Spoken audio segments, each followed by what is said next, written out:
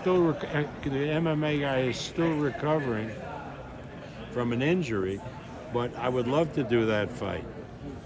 And depending on Ngannou's contract with the UFC, we'd either do it with or without the UFC. But that would be a huge event. Francis actually fought out his last fight. So the opportunity is there if you're interested. Well, sure, I'm interested. I mean, who wouldn't be? Ngannou was the heavyweight champion of the UFC, and Tyson Fury. I think it would be a huge event.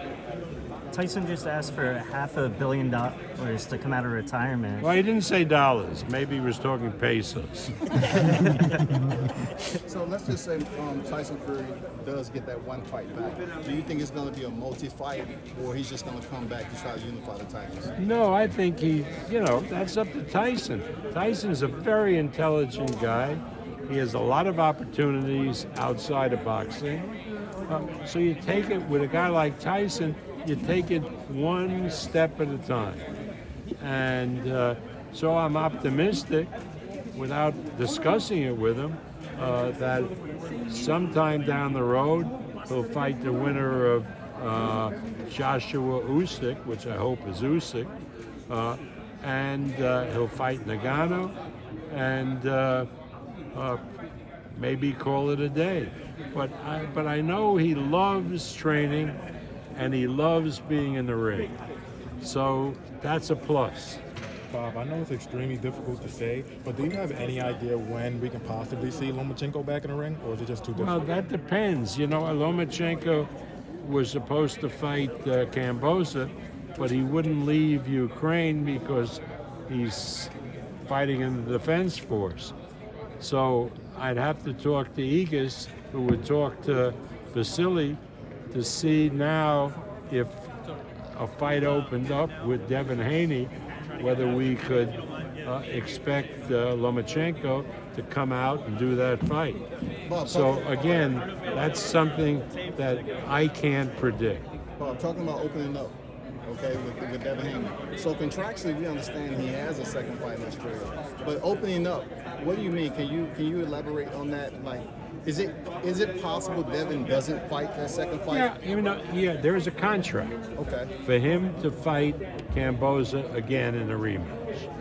But again, when sensible people have a contract and there's another way to go, you might be able to do that. In other words, nobody is talking about breaching a contract, but it may be worthwhile for Kamboza to take another fight as a tune-up fight and then fight the winner of Haney, who Haney would be fighting.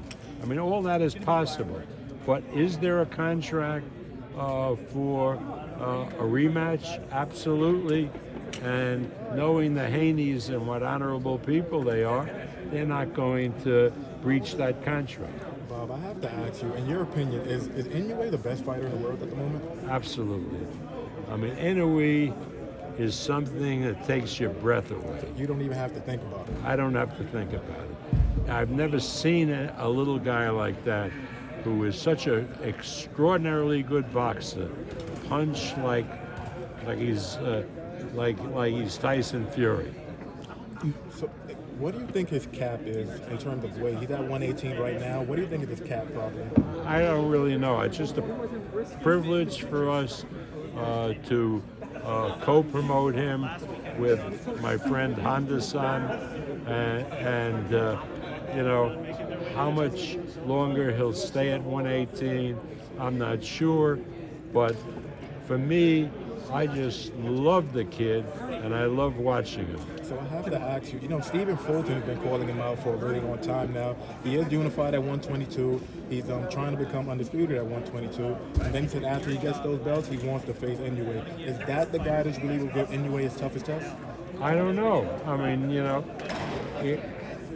and I'm not aware that he has seriously talked about fighting Inoue. at 118. I'm not sure. At 122, actually. Well, I don't know if any Inoue is ready to go up to 122. There's some other kid who has the other belt at 118, Butler. Paul Yeah. Butler, Yeah, that might be the more logical guy to fight. for unification. Would that fight take place in the UK or in Japan? What? Paul Butler versus. Hey, there is nobody bigger as a fighter, as an attraction, than Inoue. Maybe next to the kid who plays for the Angels.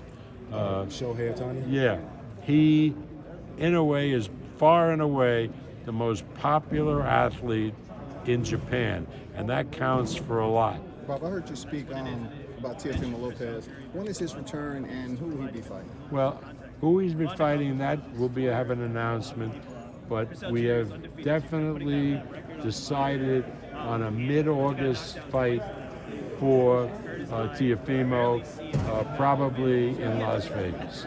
Bob, what are your thoughts on his future at 140, the division? That remains to be seen, doesn't it? Let's see how well he does at 140, and we'll make that assessment after his first fight. Bob, I got a chance to talk to Tim Bradley, and he was telling me that Devin Haney and Shakur Stevenson, that's the mega fight down the line. I agree. Anything, Shakur Stevenson has been a pleasure promoting him. He's a tremendous, tremendous talent, as is Devin Haney. And Shakur's a tough out for anybody. I mean, the last guy, remember, who beat Shakur was in the amateurs, the Cuban who's fighting the semi-windup on this card. So, I mean, that's an unbelievable, big pay-per-view fight. Thank you so much for watching this video, and make sure to subscribe for more videos of your favorite fighters over here on Fight Up TV, and give us a follow online as well at Fight Up TV on Twitter and on Instagram.